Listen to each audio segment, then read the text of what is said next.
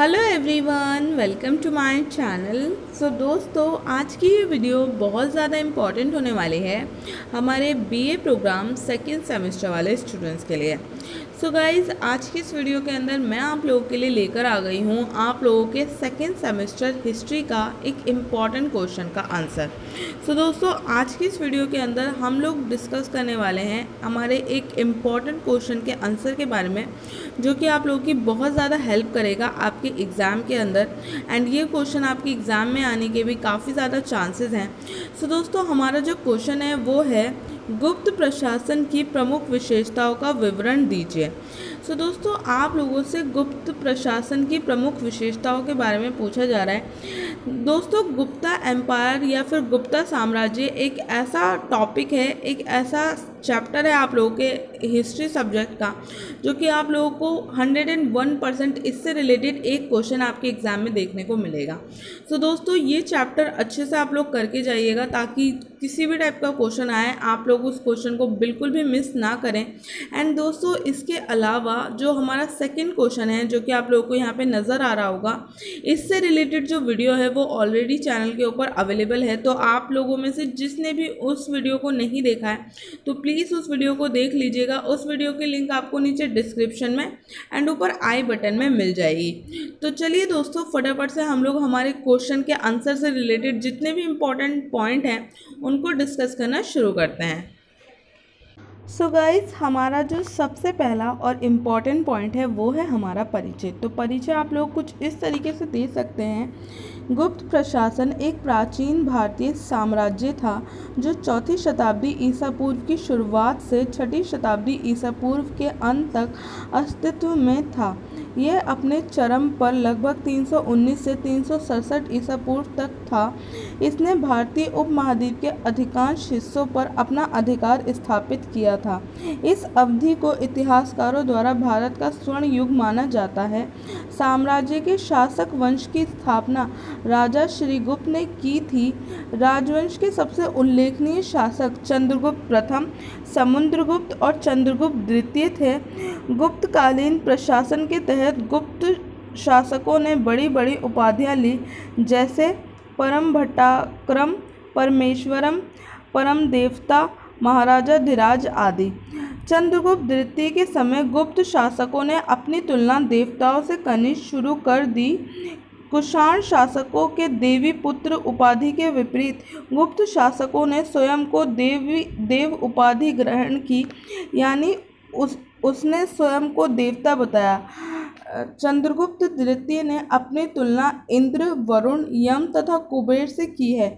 यपाक इसका ये तात्पर्य नहीं लगाना चाहिए कि गुप्तकालीन शासकों को जनता ईश्वर का प्रतिनिधि मानने लगी थी। उसके साथ देवी देवताओं की तुलना केवल उनके प्रशस्तिकारों ने की। मनुस्मृति में राजस्व का देवी उत्पत्ति के सिद्धांत पर बल दिया, परंतु आगे एक लेखक बाणभट्ट ने इस सिद्धांत का तिरस्कार किया।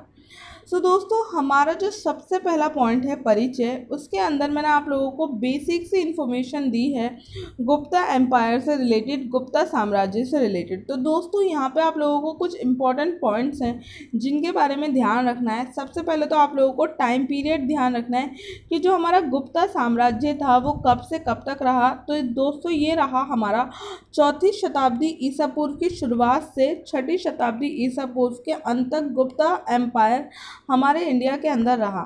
दूसरी चीज़ आप लोगों को ये याद रखनी है कि जो हमारे इतिहासकार हैं वो इसे भारत का स्वर्ण युग मानते हैं। तो ये वाला पॉइंट भी आप लोगों को आपके इंट्रोडक्शन के अंदर ज़रूर मेंशन करना है, इम्पॉर्टेंट है। इसके बाद जो गुप्ता एम्पायर है उसकी स्थापना किसने की, उसके जो संस्थापक थे वो कौन थे, तो वो थे हमारे श्रीगुप्त। इनका नाम आपको ज़रूर ध्यान रखना है। इसके बाद जो गुप्ता एम्पायर यानी कि गुप्ता साम्राज्य के जो प्रमुख जो इम्पोर्टेंट जो राजा हुए हैं, जो महाराज हुए हैं, वो हुए हैं हमारे चंद्रगुप्त प्रथम, समुद्रगुप्त और चंद्रगुप्त द्वितीय। तो दोस्तों, आप लोगों को ये 3 से 4 पॉइंट है जो कि ध्यान रखने हैं। इसके अलावा दोस्तों, गुप्ता साम्राज्य की जो एक विशेषता मैंने आपको परिचय के अंदर एक्सप्लेन की है वो ये की है कि गुप्त प्रशासन के अंतर्गत जो हमारे गुप्त साम्राज्य के जो राजा हुआ करते थे उन्होंने खुद को ईश्वर के समान उपाधियाँ दी थी। उन्होंने बहुत बड़ी बड़ी उपाधियाँ ली थी, जैसे कि परम देवता। तो दोस्तों इस टाइप की जो उपाधि है वो उस टाइम पे ली जाती थी, तो ये चीज़ भी आपको मेंशन करनी है। इसके अलावा आपको ये चीज़ भी ध्यान रखनी है कि जो अलग अलग टाइप की जो सिद्धांत थे उन्होंने वो दिए थे, और इसका ये मतलब बिल्कुल नहीं था कि आम जनता भी उन्हें देवता ही मानती थी। इसका सीधा सा मतलब ये था कि जो गुप्ता एम्पायर के टाइम पे जो हमारा दरबार हुआ करता था, जो साम्राज्य हुआ करता था, उसके अंदर बहुत ज़्यादा फेमस लोग हुआ करते थे, लाइक जैसे कि बाण भट्ट और भी बहुत सारे। ये लगा लीजिए उस टाइम पे गुप्ता एम्पायर को भारत का स्वर्ण युग इसलिए भी कहा जाता है कि उस टाइम पे बहुत बहुत फेमस लोग हुए हैं, एंड गुप्ता साम्राज्य के अंतर्गत उन सभी को संरक्षण दिया गया था। तो ये पॉइंट आपको ध्यान रखना है। तो जो भी राजा के करीबी लोग हुआ करते थे वो उन्हें देवता के समान मानते थे, और उन्हीं के कारण जो गुप्ता एम्पायर के जो राजा थे वो उन्होंने देवता की उपाधि ग्रहण की थी। तो ये पॉइंट आपको ध्यान रखना है। तो दोस्तों ये हमारा परिचय हो गया। हमारा अगला पॉइंट है गुप्त प्रशासन की प्रमुख विशेषताएं। गुप्तकालीन प्रशासन में गुप्त शासक ही प्रशासन तथा न्याय का मुख्य स्रोत होते थे, परंतु केंद्रीकरण शासन का जो नियंत्रण मौर्य युग में मिलता है वह इस युग में नहीं मिलता है। इस काल में विकेंद्रीकरण की प्रवृत्ति बढ़ने लगी थी। गुप्तकालीन प्रशासन में सम्राट को राजकाज में अमात्यों, मंत्रियों तथा अन्य पद अधिकारियों से सहायता मिलती थी। कामदंक के नीति सार में मंत्रियों तथा अमात्यों के बीच के अंतर को स्पष्ट किया गया है।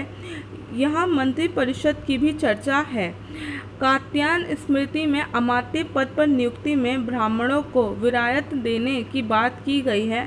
प्रयाग प्रशस्ति में राज्यसभा का उल्लेख है, जिसके सदस्य सभीय कहे जाते थे। गुप्तकालीन प्रशासन में सामान्य प्रथा के अनुसार राजा का बड़ा पुत्र ही उत्तराधिकारी चुना जाता था, परंतु अंतिम रूप से सत्ता शक्तिशाली राजकुमार को ही प्राप्त होती थी। प्रयाग प्रशस्ति तथा कुमारगुप्त प्रथम के अपराधिता किस्मी के सिक्कों से स्पष्ट होता है कि राजा अपने शासन काल में ही अपने उत्तराधिकारी को मनोनीत करता था। युवराज की अधीनता में एक पृथक सैनिक विभाग हुआ करता था।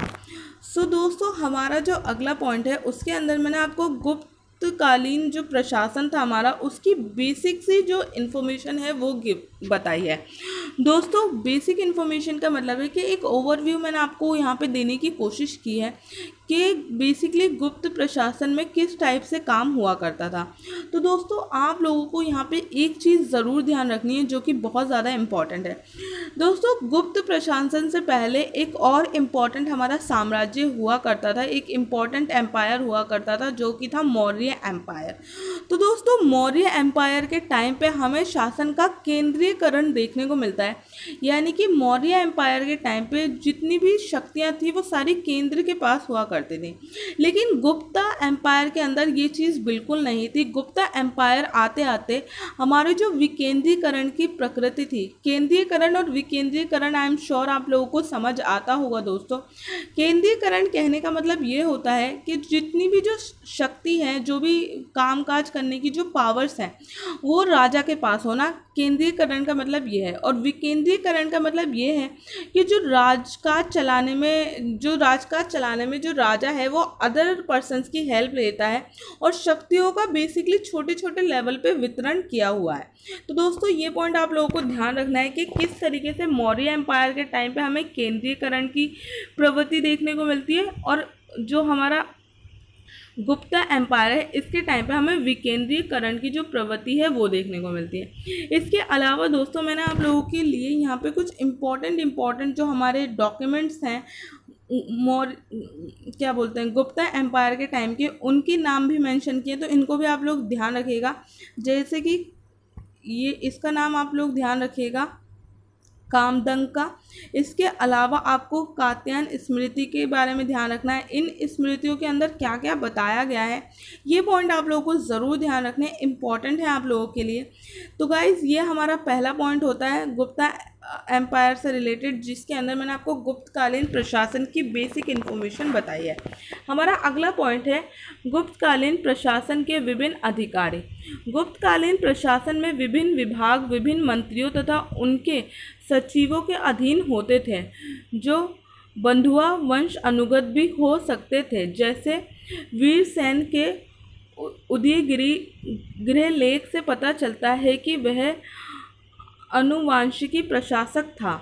तो सबसे पहला जो हमारा गुप्तकालीन प्रशासन के जो अधिकारियों में आता है, जो सबसे पहला पर्सन आता है, वो आता है महादंड नायक। तो दोस्तों, आप लोगों को गुप्ता एम्पायर के अंतर्गत कौन कौन से जो अलग अलग टाइप के जो हमारे अधिकारी हुआ करते थे, उनके बारे में मैं आपको बताने वाली हूँ।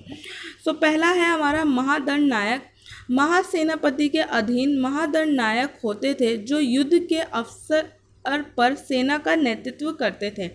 गुप्त काल की सेना के 3 प्रधान विभाग होते थे: पदित, घोड़ासवार और हाथी। महादंड नायकों के अधीन महाशिवपति, आशिवपति, महापिलपति आदि अनेक सैनिक रहते थे।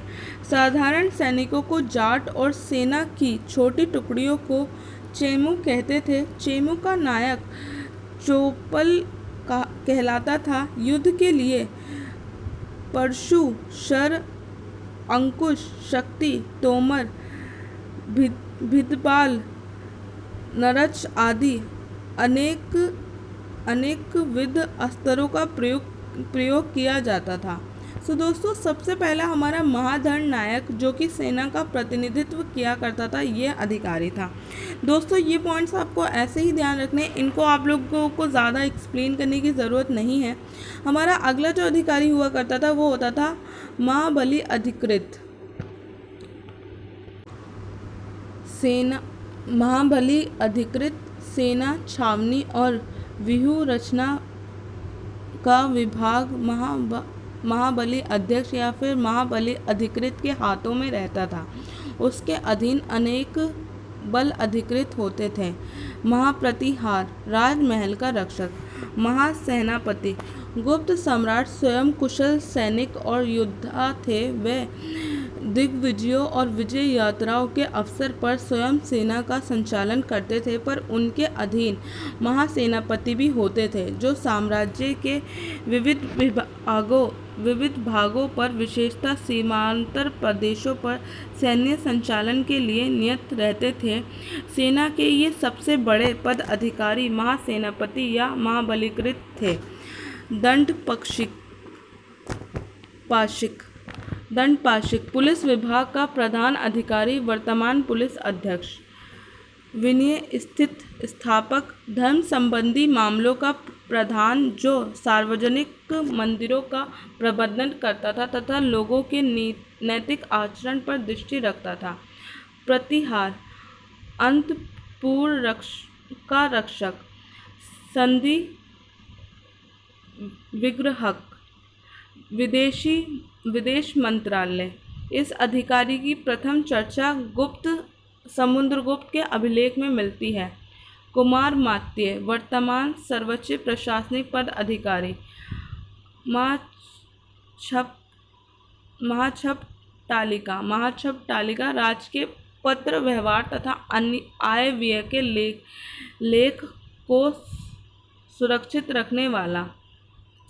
सीमावर्ती नगरों में शुल्क वसूल करने वाला। ध्रुवीकरण, राजस्व विभाग का अधिकारी। इसके अधीन शैल्क, गैमलिक, तलवाहक, गोप और कणक होते थे। शैलिक, व्यापारिक वस्तुओं का शुल्क वसूलने वाला। औरण स्थानिक, बंगाल क्षेत्रों के ऊन व्यापार पर नियंत्रण करने वाला। सो दोस्तों, ये जितने भी मैंने आप लोगों को यहाँ पर अधिकारी एक्सप्लेन किए हैं, इनके जो नाम है वो प्रोनाउंस करने में बहुत ही डिफ़िकल्ट हैं। लेकिन दोस्तों, आप लोगों को ये ध्यान रखने हैं, आपको सारे याद नहीं रखने।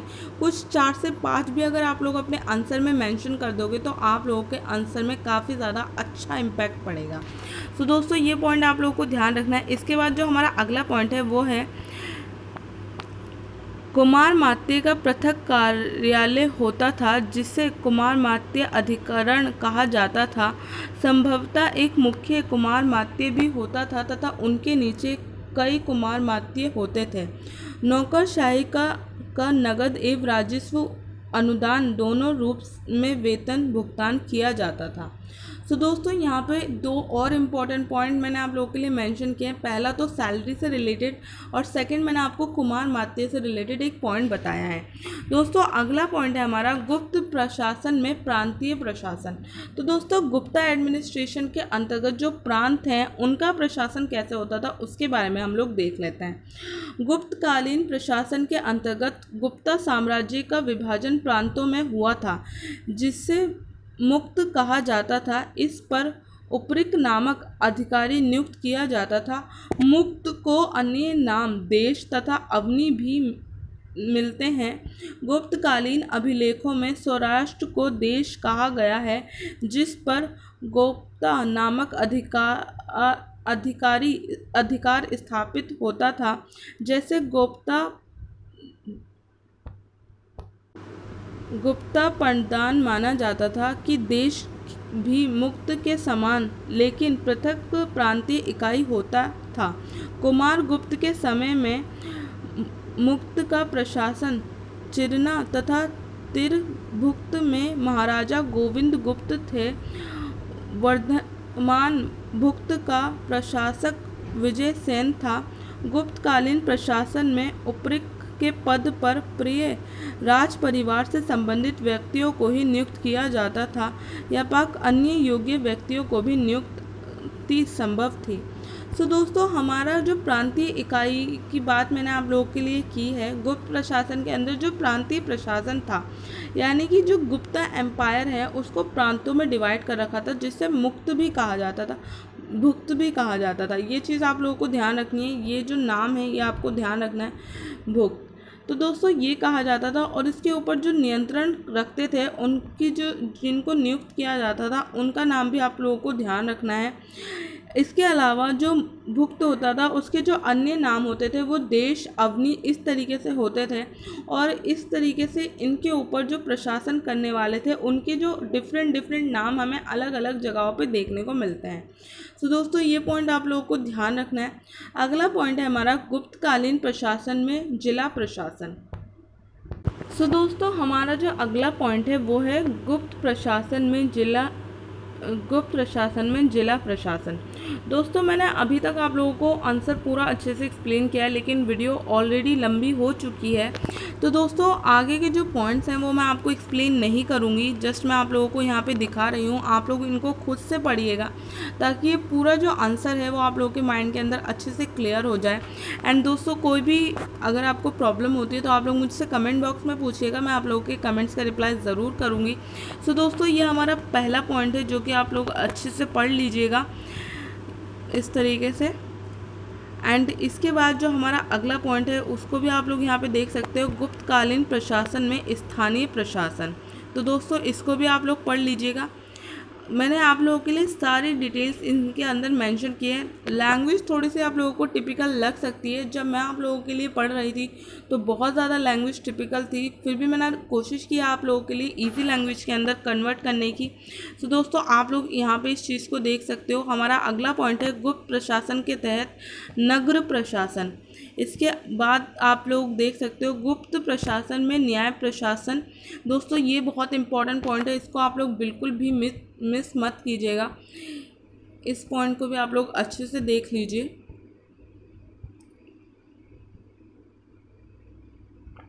इसके बाद है दोस्तों हमारा गुप्त प्रशासन का सैन्य संगठन। तो दोस्तों यहाँ पे जो हमारा आंसर है वो फिनिश होता है। लास्ट में आप लोगों को एक कंक्लूजन लिखना है दोस्तों, जो कि आप लोगों को खुद से लिखना है। एंड उम्मीद करती हूँ गाइस कि ये क्वेश्चन आंसर आप लोगों की बहुत ज़्यादा हेल्प करेगा आपके एग्ज़ाम के अंदर। एंड दोस्तों उम्मीद करती हूँ ये वीडियो आप लोगों को पसंद आई होगी। सो गाइस, अगर ये वीडियो आप लोगों को अच्छी लगी है तो प्लीज़ इस वीडियो को लाइक कीजिएगा, अपने दोस्तों के साथ शेयर कीजिएगा। एंड चैनल के ऊपर अगर आप लोग पहली बार आए हो तो चैनल को सब्सक्राइब करना मत भूलिएगा। दोस्तों आगे के पॉइंट्स को जस्ट मैंने इसीलिए एक्सप्लेन नहीं किया क्योंकि अगर मैं इनको एक्सप्लेन करती तो वीडियो और भी ज़्यादा बड़ी हो जाती, जो कि आप लोगों के लिए ठीक नहीं रहता एंड आप लोगों को डिफ़िकल्टी हो सकती थी। तो इसलिए गाइस उम्मीद करती हूँ आप लोगों को सारे पॉइंट अच्छे से क्लियर हो गए होंगे। तो मिलती हूँ मैं आप सबसे नेक्स्ट वीडियो के अंदर, तब तक के लिए थैंक यू सो मच।